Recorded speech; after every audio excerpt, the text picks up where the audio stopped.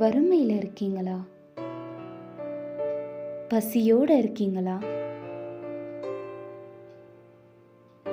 சோகத்தை பகிர்ந்து கொள்ள முடியலையா?